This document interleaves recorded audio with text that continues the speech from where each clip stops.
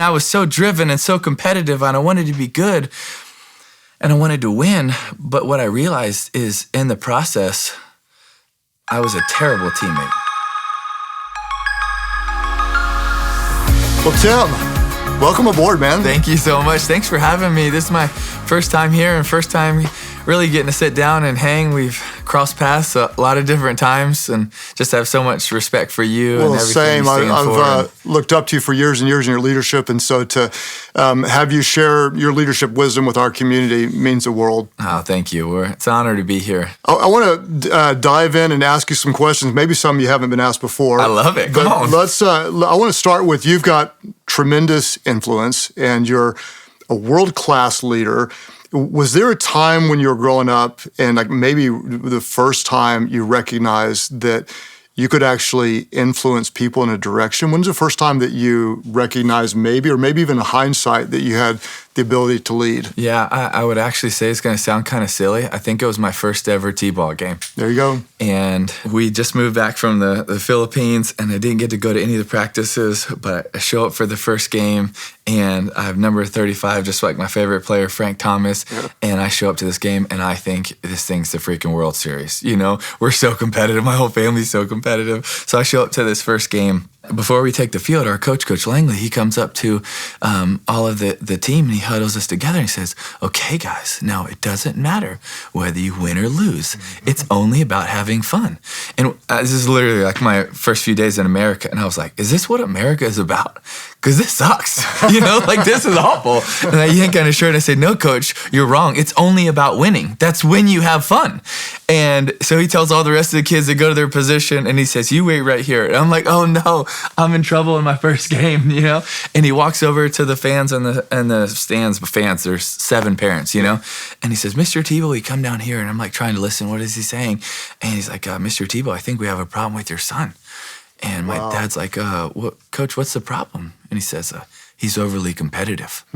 So my dad's like, okay, let me go talk to him. So my dad comes walking around the first base dugout, and I'm thinking, oh no, I'm literally about to get a spanking. You know, like my dad's that dad that I would get a spanking in front of my entire team, maybe mortified for life. So my dad comes walking around. My dad's a pretty big, intimidating looking guy with a stern look on his face, and he walks over to me. He leans over and he looks me in the eye. He says, Timmy, it's okay. He just doesn't understand. Wow. And it was so like encouraging to me. And that, first of all, I wasn't going to get a spanking. And that first inning, I played first base. And I remember the other team, they're hitting the ball all over the park. And I looked to the outfield, and all 3 of our outfielders are huddled together looking for 4-leaf clovers. And I'm mortified. And the second baseman's like, what color snow cone do you want? I'm like, what's wrong with you? Pay attention. And so then the next inning, they found out I was kind of athletic. So the next inning, they moved me to pitcher. You're just in a little circle thing. And wherever the ball was hit, I was like, okay, got to do whatever you got to do. Win. I'll run and go get it and tag the guy before he got to first.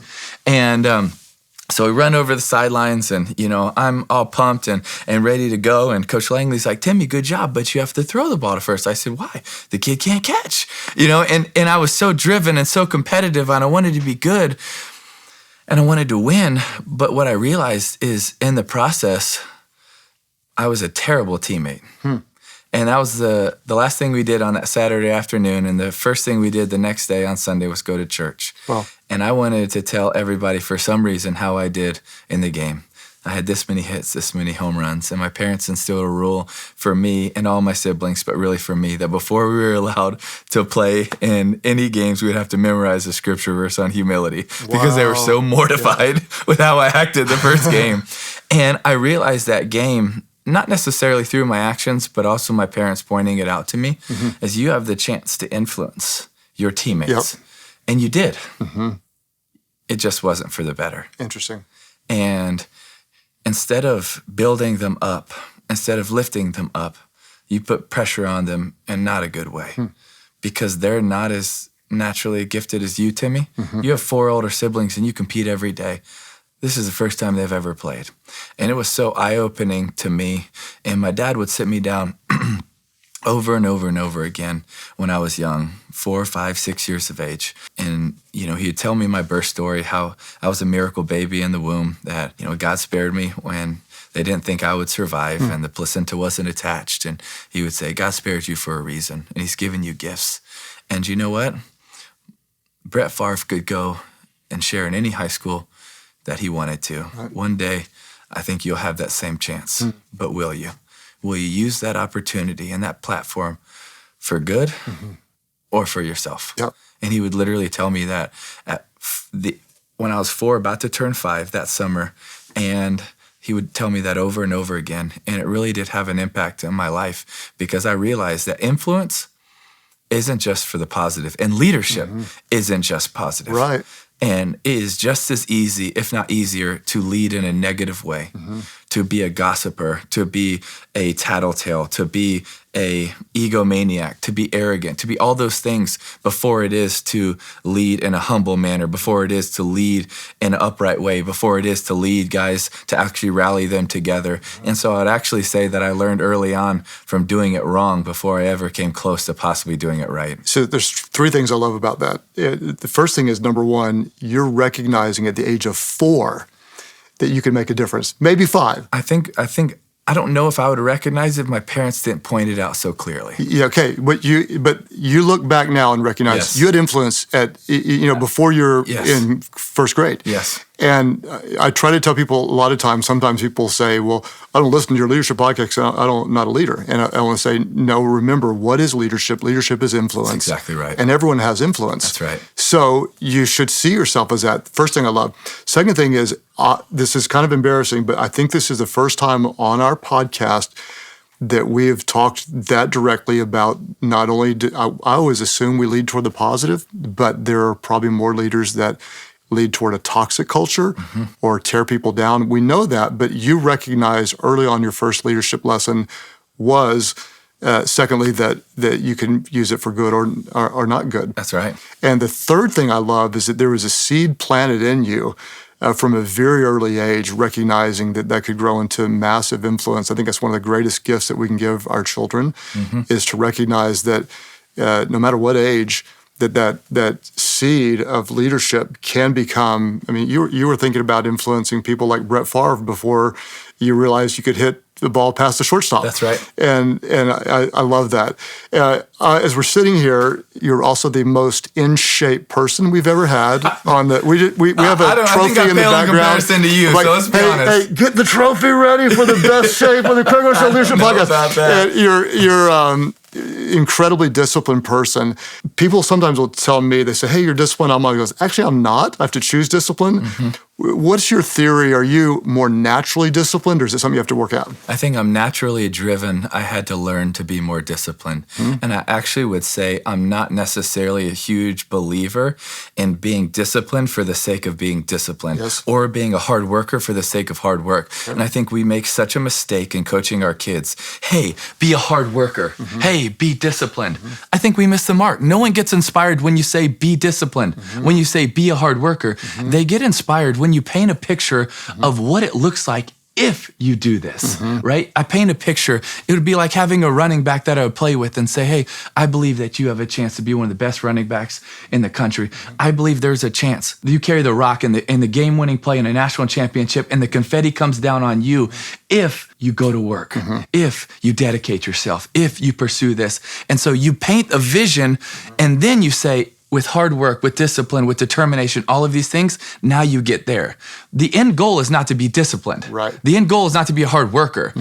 The end goal is, whatever that vision, that dream, that picture that you're trying to paint, whatever it is, as a football player, basketball player, your occupation in school, whatever it is, whatever that end goal, that vision, that dream that you have, now we're going to learn to be disciplined and be a hard worker and be determined and set the mindset, because the end means so much that, I care so much for that end goal.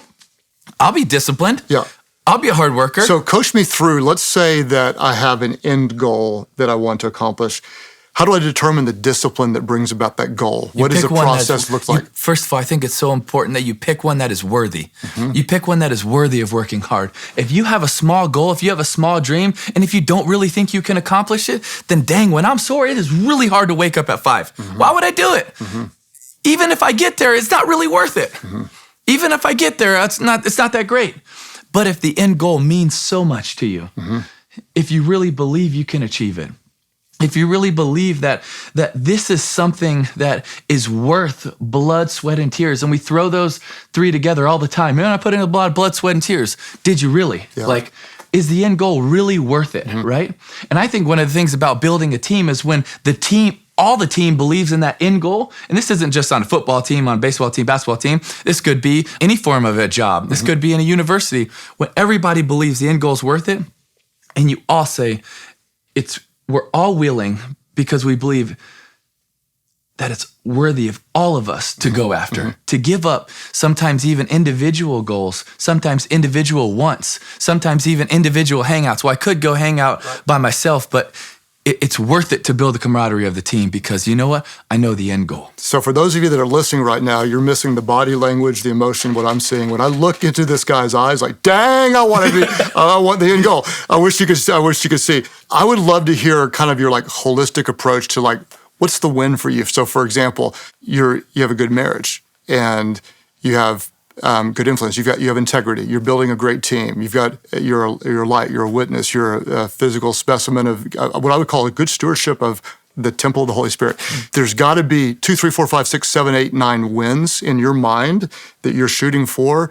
Help me understand what are a few of the wins and what's the pathway to the wins. And what I'm trying to do is I want someone else out there to hear one, interpret it into their own win, and find a path to it because there's a lot of people that aren't where they want to be.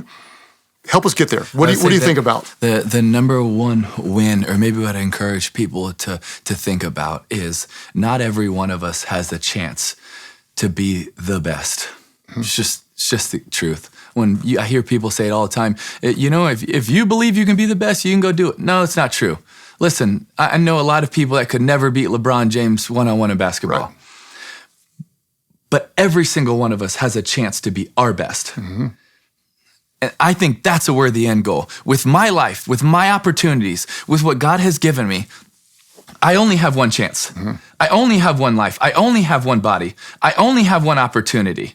And so I want to make the most of that. And I also believe that's part of stewardship, is taking every single one of those and trying to maximize it for His glory and maximize it to be able to make a difference in other people's lives. And in every area, it shouldn't just be in one area. It should be in every area of our lives that we're choosing to say, okay, there's good, better, and there's best.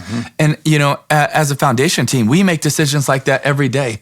We'll say, hey, this is good, but is anything better? Yeah. And this is better, but is there anything else that's best, right?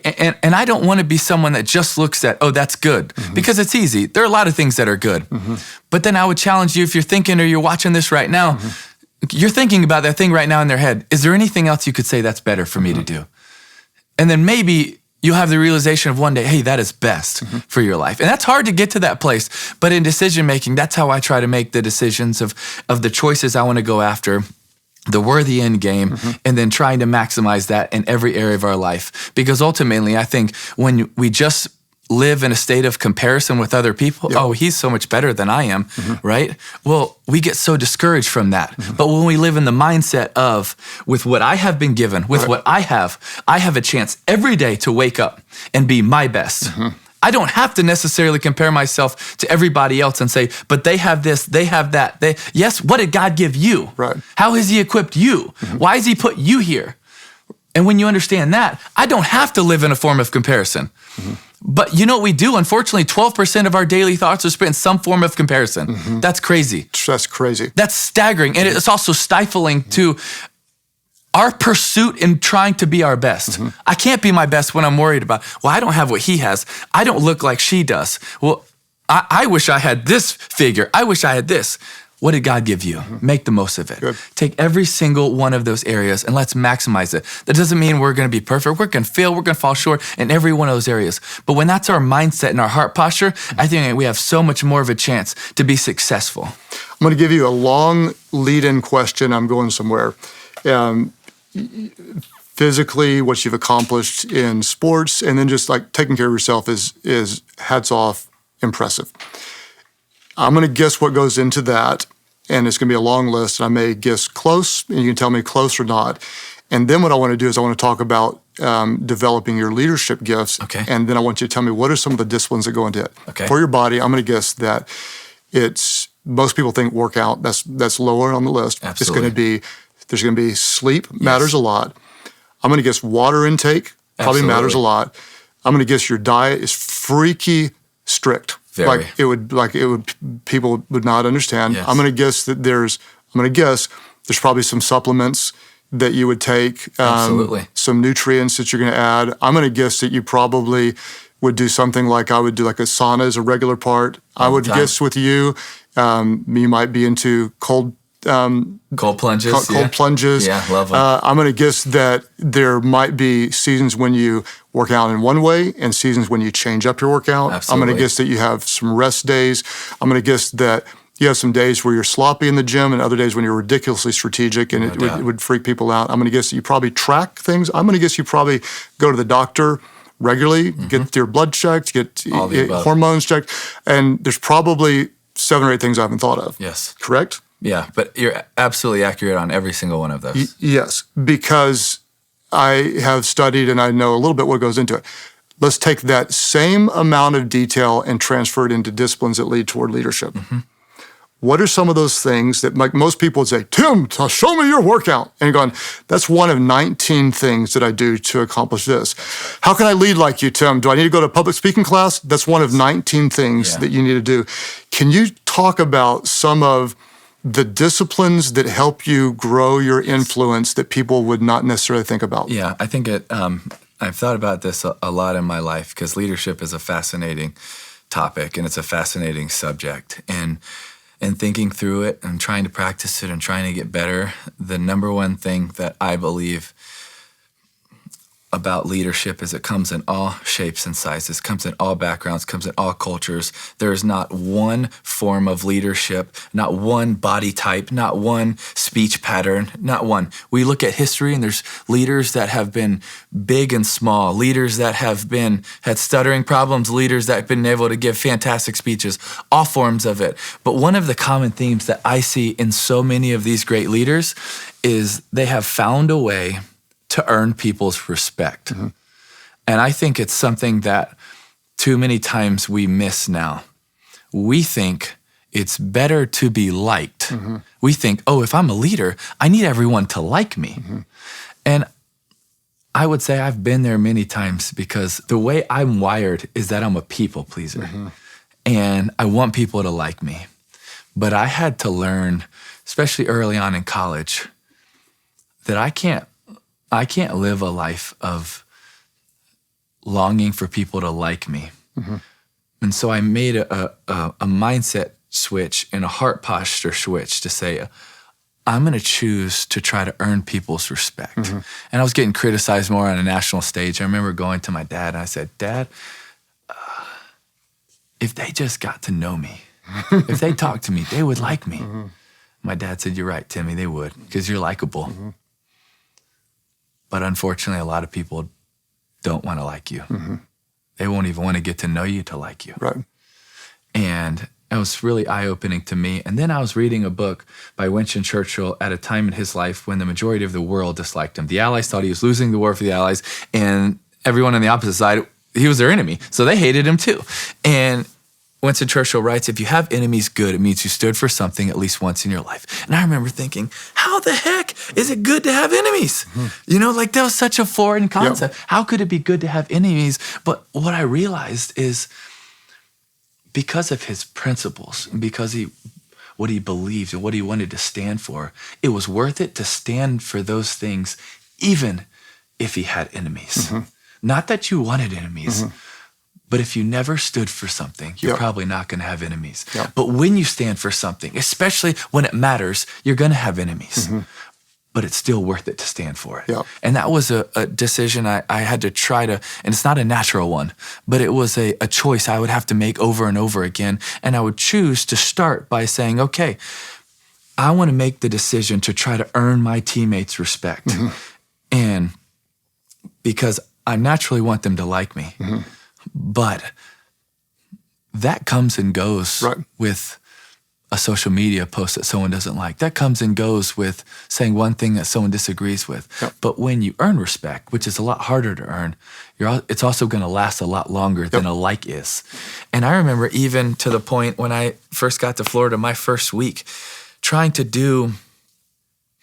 be so aware of it, to even do silly, sometimes stupid things. I remember our first Friday, we have a super hard leg workout, and guys are laying on the ground, throwing up. It has a name for it, but I can't repeat that. And terrible leg workout. And we finish, and all the coaches are like, all right, into the cold tub. Everybody got to get in 7 minutes, up to your hips, no negotiating. And everybody's negotiating and whining and saying, no, we're not doing blah, blah, blah. There's no negotiating. Everyone's going to do it. It's just bottom line. And so while everybody's arguing, I was like, man, this is not silly, but this is an opportunity to show that you're just a little bit different. And I remember sliding right into the cold tub, and you only have to get in up to your hips, but I got in up to my neck, and I'm sitting there in the cold tub with, it's awful, but with no look on my face. And everybody turns and looks at me, and they're like, you could hear kind of a pin drop, and they're like, oh, dang, that's one crazy white boy, and they're kind of like laughing, and they're like, dang, he's kind of crazy. And that was okay. Yeah. Right? Because although it sounds silly, it was a way of earning their respect, of like, dang, if he's willing to get in here, when he only has to get into his hips, but he gets into his neck, when we have to run stadiums, and he does a couple extra, when we're running sprints, and, he's there early when all these other things, they add up to then in the clutch moments, they know, hey, this dude's willing to do whatever it takes. We can count on him. And I would say that type of respect, of earning, of being able to go into the hard moments, the hard times, I would say embrace the grind, embrace the suck, And when they see that in you, that, oh, you're not a leader because you're a quarterback. You're not a leader because you're a 5-star, but when we do tug of war, and as a freshman, the offense picked the defense. The offense picked me to go against the defensive lineman, and it was going till you can't. And it was such an honor for them to pick me to be in this. But they did that because they believed that I wouldn't quit. And so it goes back and forth, back and forth, back and forth, and I start pulling him, and I go against the wall, and they say keep going, and the only place to go was a bathroom. And so I literally am pulling this guy into a bathroom.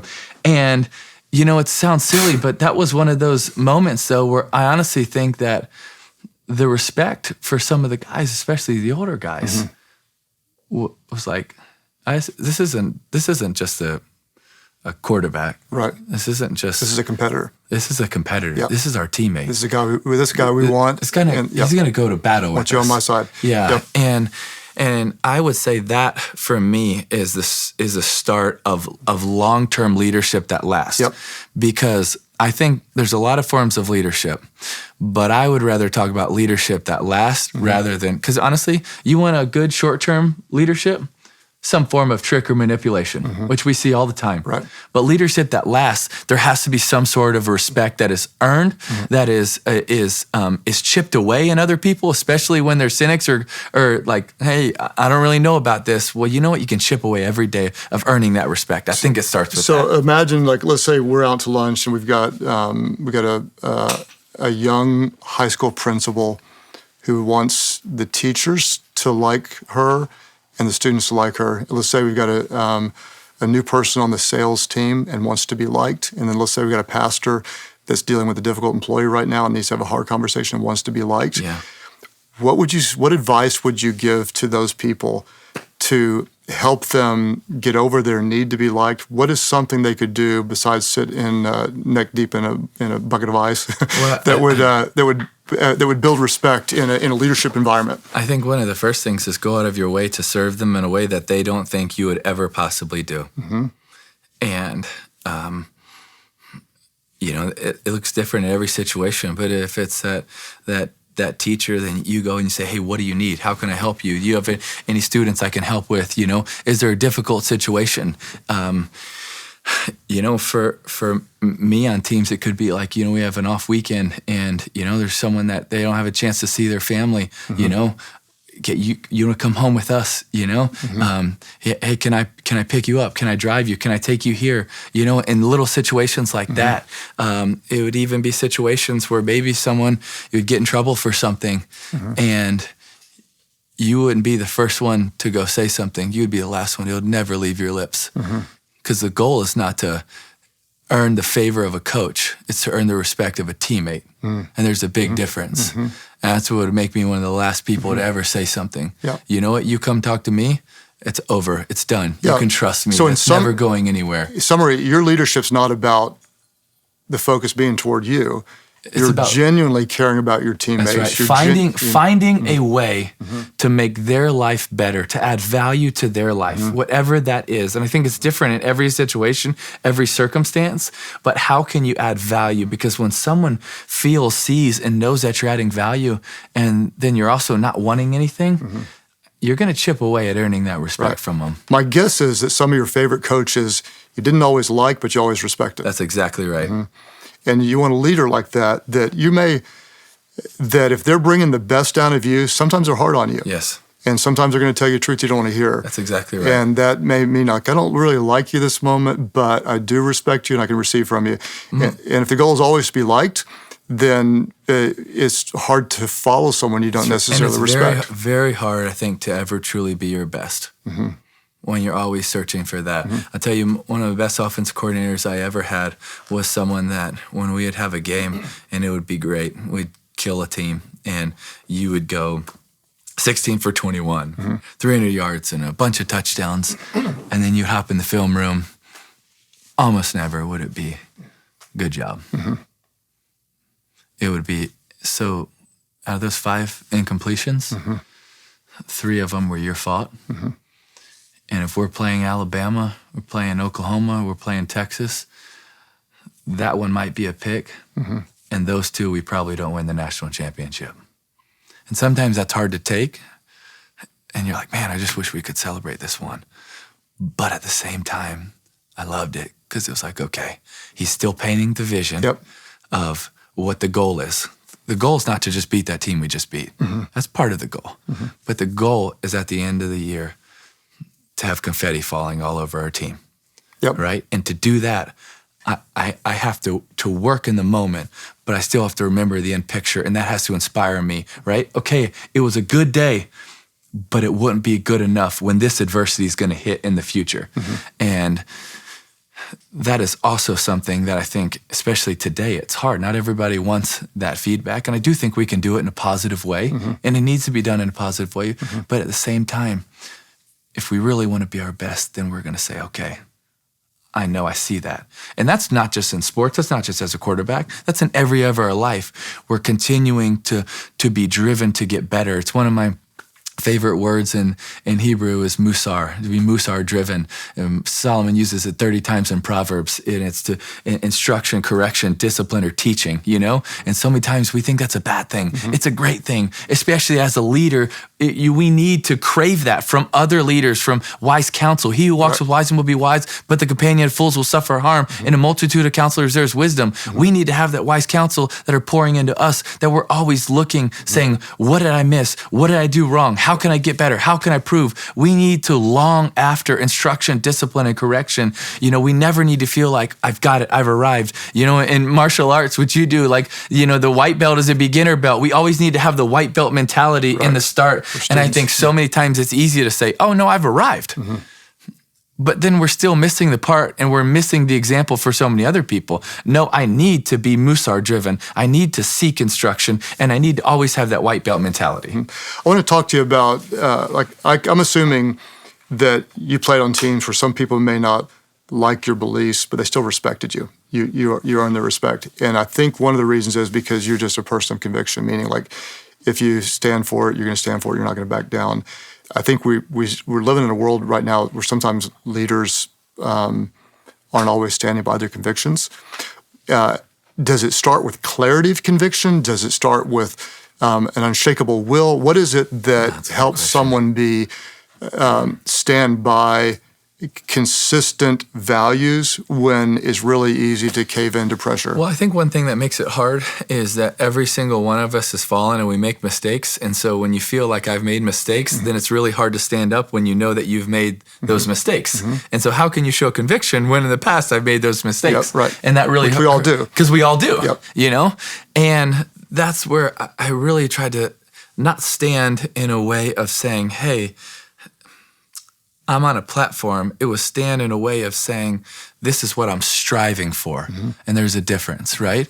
Is to your teammates is, man, I'm so far from perfect. I mess up, but this is what I'm striving for. Yep. I'm striving to try to live a life of character. And that shows grace if someone else isn't there. And I think so. It's personal direction without judgment of someone else. That's right. It's personal direction of a place that I haven't gotten to yet, but I'm striving for it.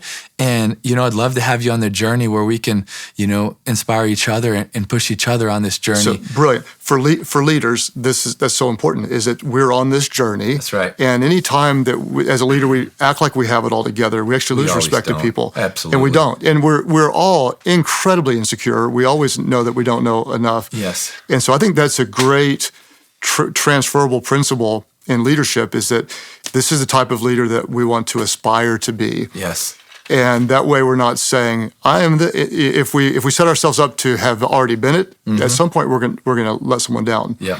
I want to hear just a little bit about, from your perspective too, because you're unapologetically bold about your faith. And one of the things I love about this podcast community is we've got people from all different backgrounds and all different variety of spiritual beliefs, and some with none. But you, in a very, in my opinion, very both simultaneously bold and yet kind of compassionate, unapologetic and yet not weird, not offensive, have been a strong witness for your faith. What advice would you have for a business leader, someone who's an athlete, someone who is on television, that has strong spiritual convictions, to be a witness without being an offensive jerk? Yeah. Well, thank you for that. I appreciate it. Means a lot. I think as a follower of Jesus, he is our example. He is the example. And when you look at the life of Jesus, you see someone that never looked past people, but he saw everyone. Mm-hmm. And he was never better. He never just saw the rich people or the famous people. He saw the beaten and the hurting, mm-hmm. and those that needed help. Mm-hmm. And I think when we live a life that we see those people, mm-hmm. and we have real compassion, mm-hmm. not pity, there's a difference. Right. We see a lot of pity. Mm-hmm. Pity says, oh, I hope you feel better. Compassion says, I'm going to get down right in the suck with you. Mm-hmm. Compassion is mm-hmm. what Jesus had, mm-hmm. To the leper when mm-hmm. no one else would touch the leper. No one would get close to the leper. Mm-hmm. And he reaches out and touches him and then says, be cleansed. Mm-hmm. And then the leprosy left him, mm-hmm. As he would go touch the people that others were unwilling to touch. Mm-hmm. As when we live a life where we choose people's best interests and we act on their behalf and we love them first and foremost, and we're there for people, mm-hmm. that we realize that every single person was created in love, by love, and for love, mm-hmm. and that every single one of us is worthy of what Jesus did on the cross, mm-hmm. and that every single person is made in the image of God. They're fearfully and wonderfully made. Mm-hmm. Fearfully just meaning awesome, and wonderfully means unique and set apart. Yep. That every single person is awesome, unique, and set apart. Like every single person is so freaking special in the way God made them. Then when we see them that way, we treat them that way. Yep. And then after all that, when we treat them that way, then when we get the chance to talk, if then I get to share my faith and, mm-hmm. And I love the quote, every day we share the gospel, but every now and then we use words, mm-hmm. When it starts by the grace and the love and the value that we have for humanity, all of humanity, whether we like them or not, whether we have things in common or not, they don't have to be the same. Mm-hmm. You don't have to love people that you just that you like, mm-hmm. right? Like comes from things in common and things love is a choice. The greatest form is love is a choice. And every single day we get to make that choice for humanity, for people that we come in contact with. Every single one of us get to make that choice for the people that we work with, for the people that we're trying to influence or lead. We get to choose their best interests and we get to act on their behalf. And I believe when people genuinely see that you chose their best interests, that you love them, that you care for them, that yes, you believe something, but first and foremost, you love them. And if you really believe what the gospel has to say, that you will be willing to also at the right time share it, because if not, it's the most selfish thing you could do. And so, that's something that I've done, I think, honestly, very poor at times, and maybe a few times I've done right. But it's when you really get to talk, saying, in what I believe, the most loving thing I can do is tell you about a Savior that loves me and that loves you and went on a rescue mission for us. And honestly, it would be selfish of me to never tell you. So I just want you to know about what I think is the greatest gift in humanity, is a Savior that loves us. And I just want you to know that I love you. More importantly, God loves you. I don't think that's a message that is offensive. That is a message that is inclusive to everyone, because it's what the angel said. It's the good news of great joy that should be for all the people. And, I think it's also our responsibility to love them and tell them. Yeah, done well, the gospel message is very inclusive. Yes. And sometimes people say Christianity is exclusive, and it's not. I want to talk about your book, and then I just want to compliment your leadership. Your book, Mission Possible: Go Create a Life That Counts. In it, you talk about failures, you talk about purpose. You're helping bring the best out of people, and you told a story about your dad and about seeing him rescuing somebody out of a horrible situation. Can you tell us that story? Yeah, it's why my dad's my biggest hero and role model. Probably, I guess, a little bit around a decade ago, I got a call from my dad, who was preaching at an underground pastors conference in a country where faith isn't allowed. And so he's teaching these pastors underground, and because they're underground, some people came in with some young girls, and they started to auction them off. They were for sale. And he sees this, and he's so startled, troubled, and hurt seeing these girls, knowing what is, if other people get a hold of them, what they're going to do to these young girls. And my dad he's not someone that can just stand by and do nothing. And so he takes out all the money in his wallet, which was $1,250, and he purchases all 4 of these girls to help set them free. And he calls me and he said, "Hey, Tim, hey, Dad, how's the trip going?" He's like, "It's pretty good." I was like, "What's going on?" He said, "I just bought 4 girls." I'm like, "What? What are you talking about?" That's not legal, is it? 4 girls. And he tells me the story, and I knew that day, that God had called me to a new thing as well, and to a new fight, and to what honestly I believe is one of the greatest evils in the world today. Is that what led to the Tim Tebow Foundation? It didn't. We were already up and running, okay. And that was something that happened when I was 15, but that really opened our eyes to adding on and jumping into this fight against human trafficking and online sexual exploitation of children. And we really do think it's one of the greatest evils in the world. I mean, over 40.3 million people that are trapped in this horrible evil. And I'm just so grateful of my dad and his willingness. That's not why he was there. But when God opened his eyes, he couldn't say no. He said yes. And you know what? So I knew I had to say yes. And so we fly there, and they hid in a church for the first few nights, and we built the fastest safe home maybe ever. So these girls would have a place to stay. But I knew, so I fly there, and I think, you know what? This is, this is like Taken with Liam Neeson or something. And, you find out that the majority of these girls were sold by their family. And one of them didn't make enough money one day. When she comes home, her mom's in such a bad place and so upset that she just takes her and boils out her eye. And the stories in which they come from are so hard to understand. And then you get to the place where you think, how do I tell this young girl what love is when the people that are supposed to love her were the first ones to rape her? How do you tell someone what a heavenly father's like when her dad did these things to her? And it really was hard for me to take me on a journey of trying to grow in that. But I knew that God opened my eyes to a new calling, and I had to step in to this terrible evil and step up and stand up for these boys and girls that are being abused all over the world. And it started because my dad said yes that day, and he helped open my eyes. But you know what was disheartening about that story? Is at that table my dad was at, it was a room full of pastors that were sitting there. And every one of them had their reasons why they wouldn't be a part. I don't want to put money into this trade, blah, blah, blah. They're reasons. But say that to those 4 girls. And I just don't want to be one of those other people at the table. It's when God opens my eyes and he pricks my heart, and I know that I'm supposed to go. There's a place I can make a difference. I want to step up, and I want to stand up, and I want to be counted, and I want to make a difference. Because I also believe every single one of us has a chance. And that's what this book, Mission Possible, is all about. Is every single one of us has a mission, and it is possible to live it out. And mission just means a job or a task that you have been given to do.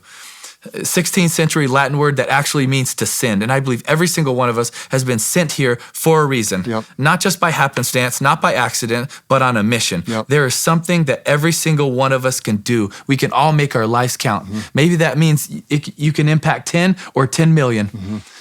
But your mission is valuable. Your mission is important. Your mission has worth. Your mission is a great mission assigned by the King of the universe. Let's say yes to that mission. I don't promote books that I don't like, and I want to promote this book because it's like your heart bleeds out to help people find that reason. And what's interesting is, and it's great, people don't want to just have a job nowadays. They really want to make a difference. They do. And what's interesting is, like, you weren't out looking for a mission. There was an opportunity you saw and you seized it. And there's a lot of times something's going to break their heart or going to disturb them, and it's easy to brush it off and keep going. But you didn't do that. And I can only imagine one day coming back and hearing people that heard your story saying, it got to me, and someone's got to do something about this. Might as well be me. That's right. So for those of you at our community looking for a resource, Mission Possible, I want you to get this. I want to just assess your leadership just as a student of leadership, and then I want to ask you some questions for fun. You lead a team to 2 national championships. Like, I'm going, okay, this guy, he's got something. Not just skills. There's a lot of good athletes, but there's something extra. You were homeschooled. We have 6 kids that were homeschooled, and so that was always really intrigued. I want to try to assess you, and I hope it doesn't. Please, isn't I love it. Let's go. Here's what I think sets you apart. I think community matters a lot.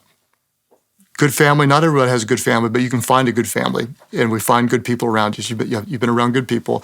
You learned early on self-denial toward an end goal.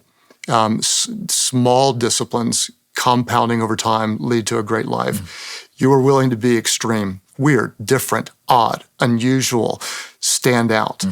But when you did, it wasn't to draw your attention to yourself. There was always a higher purpose. You always talk team. You know how to submit to authority. You've been under great coaching, and you know how to surround people around you. You're not trying to win the approval of a coach. You're often trying to rally a team. A great leader knows how to create team. When you talk, and I love it if people are listening, if they're watching, it's a different experience because you're like a full-on experience. There's a time where you're scaring me because you're 9 feet tall and 265 pounds of pure muscle leaning across, ready to help me run through a wall, being so motivated. And there's other times you're fighting back the tears that are very genuine. You're passionate about what you do. You're driven by conviction, but you care about people. And everything you do has a higher purpose. And I'm sure I'm missing some, and there's some nuances. There's more to it than that. But you take all those things together, and you come up with Tim Tebow. And not everybody has those things, but everybody might have 1 or 2 of those things. And what I like for people to do is look for their unique leadership DNA. What do you have? Some people are smarter. Some people are more expressive. Some people are more charismatic. Some people are stronger. Some people are more dependable. Some people are more creative. Some people are more fun to be around. Some people are more motivating. Some people are just great at writing thank you notes. Yeah. And what you try to do is you try to find your unique combination. I love that. That's so good. You do a lot of that in this book. You find your unique combination, really and then you own it. Yeah. You say, here's what it is, and I like to try to put words around it. And so I just wanted to try to put words around what I see in you, and that makes you have what I call a broad range of respectability. Even people who say, I'm not really into the Jesus thing, but dang, Tebow seemed like a good guy. What they're saying is there's consistent convictions, and there's likability, and there's love for people. And so for our leaders out there, find your zone, find your combination, and find those things that God uniquely put into you. And when you put them together and you embrace them, you can do special things. So for fun, lightning round, just for fun, let's fire off quickly. First of all, thank you so much for those kind words. I really appreciate it. Like tons of respect. Thank you. Favorite leadership quote? Do you have one? It would be what I said about Winston Churchill. If you have enemies, good. It means you stood for something at least once in your life. That would be one that It's a great quote. World. Yep. Best leadership book or any book you've read recently? I would say The Edge. Mm-hmm. The Edge is it's written by, I can't remember his name. It's written by a high school wrestling coach who won about 12 state championships in a row. And he takes all of the top quotes, in his opinion, in history, and puts them together and shares his story interwoven throughout it. It's a good one. Thank you. I have not read it. That's next in line. Favorite kind of music to work out to? The most important question. Doesn't matter, but it would be most of the time country, Christian. I'm so weird. I don't need the hype. I don't need the loud music. I can have Frank Sinatra, Michael Bublé. Is there such thing as theologically? Is there such thing as Christian country? Probably. Okay, I just wondering. Just wondering. Probably. Okay. Proudest moment in your life that we may not expect.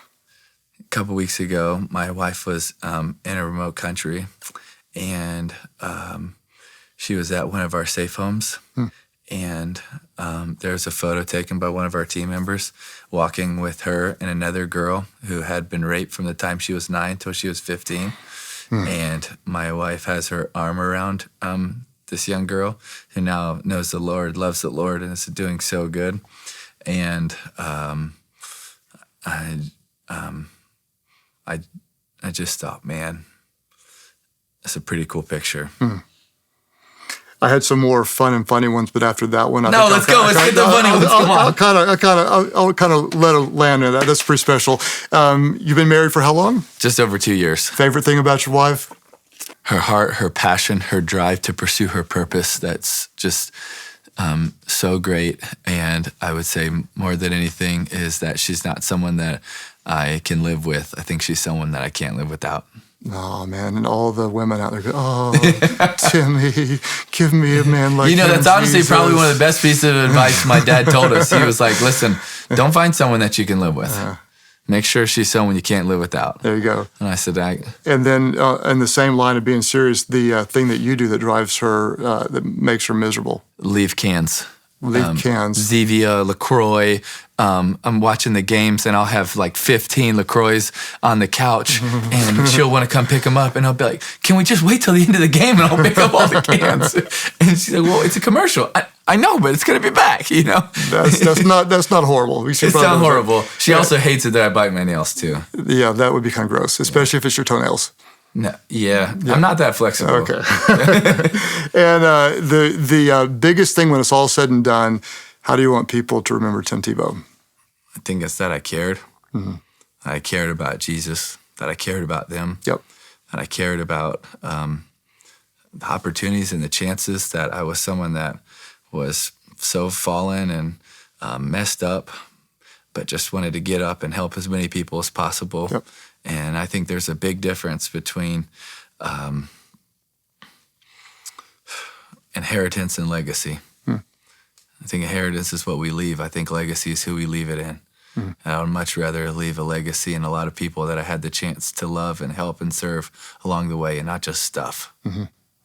Well, I think you're succeeding in that. It's obvious that you do care, and I just compliment who you are and what you stand for. And you're a great leader and a leader that is fun to look up to. So thanks for your example. And next time you're in town, what are we going to do together? We're working out at your gym. We're throwing down your new gym. To Christian country. That's what we're doing. Tim, thanks, man. I love it. Thank you, brother. Appreciate it. Y'all see those triceps?